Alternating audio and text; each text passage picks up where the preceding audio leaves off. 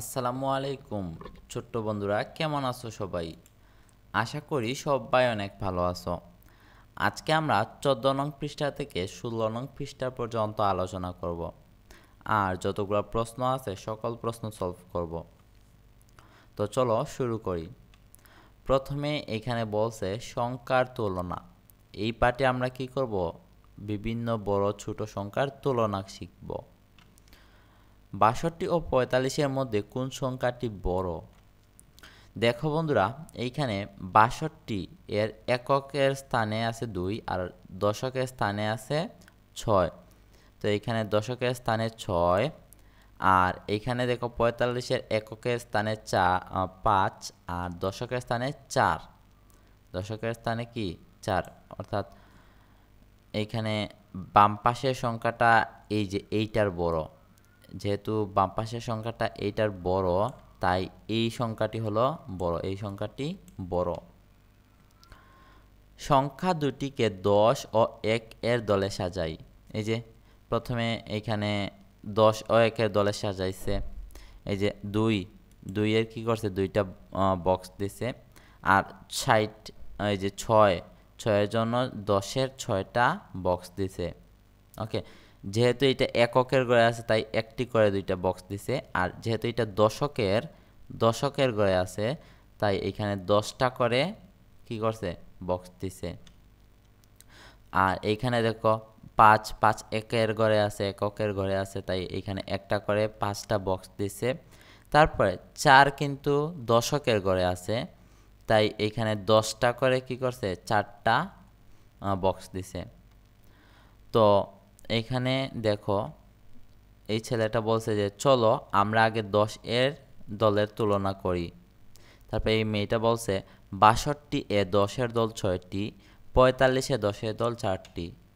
অর্থাৎ এই যে 62 এ 10-এর দল আছে 1টা 2টা 3টা 4টা 5টা 6টা, 10-এর দল 6টা। আর 45-এ 1 2 3 4 10-এর দল আছে 4টা। তাই 62 বড়। এই যে তাই 62 বড়। যেহেতু এইখানে 10-এর দল বেশি, তাই 62 বড়। তারপরে বলছে 300, 334 ও 253 সংখ্যা দুটির মধ্যে কোন সংখ্যাটি ছোট? তো আমরা সর্বডানে কি আছে, এই যে সর্ববামে আছে 2। এই যে 253 এর সর্ববামে আছে 2। একক, দশক, শতক, এটা আছে শতকের স্থানে 2। আর এইখানে দেখো সর্ববামে আছে কি আছে, 4 আছে। তো একক, দশক, শতক, শতকের স্থানে 4 আছে। তো এইখানে দেখো শতকের স্থানে কোনটা ছোট, এইটা ছোট, তাই এইটা হলো ছোট সংখ্যা। এই প্রশ্নের উত্তর কি 253। এই প্রশ্ন উত্তর হলো 253। প্রথমে দেখো কি করছে, এখানে সংখ্যা দুটিকে শত, দশ এবং 1 এর দলে সাজাই। এই যে 400, এই যে 434 আছে, এইটাকে কি করছে, 4 যেহেতু একক এর স্থানে আছে তাই একটি করে 4টা বক্স দিছে। তারপরে 3 দশকের স্থানে আছে তাই 10টি করে কি করছে, বক্স দিছে। আর 4 হলো শতকের স্থানে আছে তাই 100টা করে 4টা বক্স দিছে। তারপরে দেখো 253, 3 এককের ঘরে আছে তাই একটা করে বক্স দিছে। 5 দশকের ঘরে আছে তাই 10টা করে বক্স দিছে, 5টা। তারপরে 2 শতকের ঘরে আছে, একক, দশক, শতক, এইটা শতকের ঘরে আছে, তো এই জন্য 100 200 এরকম 2টা বক্স দিছে।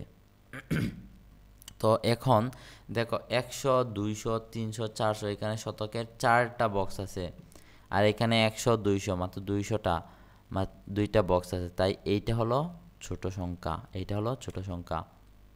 তো এইখানে বলছে চলো আমরা আগে শতকের দলের তুলনা করি। যে এইখানে শতকের দলের তুলনা করে ভাইয়া যেরকম দেখাইলাম সেটাই বলছে এইখানে।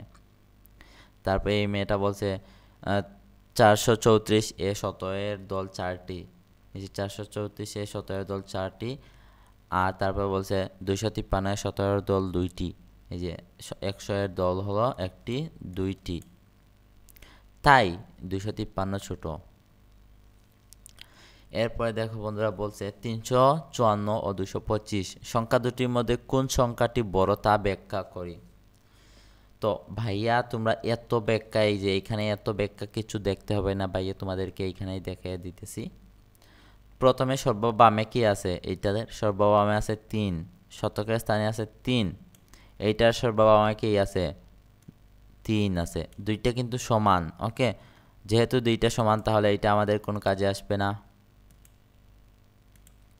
ওকে, এখন দেখো, তারপরে এখন আমরা দশকের স্থানে যাবো। এখন এইটার দশকের স্থানে কি আছে 2 আছে, এইটার দশকের স্থানে 2 আছে, এইটার দশকের স্থানে কি আছে 5 আছে, দশকের স্থানে 5 আছে। তো এখন বলো 2 বলো বড় নাকি 5 বড়? 5 বড়, তাই হলো এইটা বড় সংখ্যা, তাই এইটা বড় সংখ্যা। অর্থাৎ 325 থেকে 354 বড়। তো এটা এইখানে ব্যাখ্যা করছে, কি করছে, প্রথমে 3, এই যে 3-এ 100 200 300 তিনটা দিছে, বক্স দিছে। তারপরে 5, 5-এর 10-এর কয়টা দিছে, 5টা বক্স দিছে। তো 1-এর 4টা বক্স দিছে।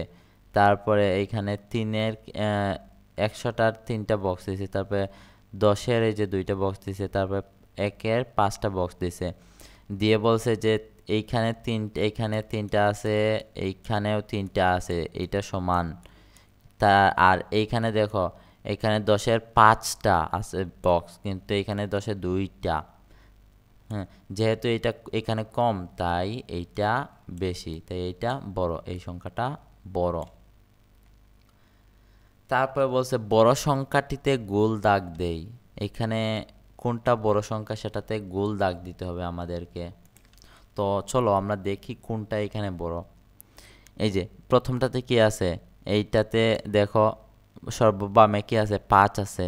ওকে, একক দশকের স্থানে কি আছে 5 আছে, আর এইখানে দশকের স্থানে 8 আছে। এখন বলো 5 বড় নাকি 8 বড়? যেহেতু 8 বড়, ওকে, তাই 85 হলো এখানে বড়, তাই আমরা এটাতে গোল দাগ দিলাম। তারপরে এইখানে দেখো ওই বলছে যে 348 আছে, আর এখানে 524 আছে। তো এখানে সর্ববামে কি আছে, সর্ববামে আছে 3 আছে, আর এখানে সর্ববামে আছে 5 আছে। এখন বলো 3 বড় নাকি 5 বড়? 5 বড়, 5 বেশি। ওকে, তাই আমরা কি করব, এইটাতে গোল দাগ দিব।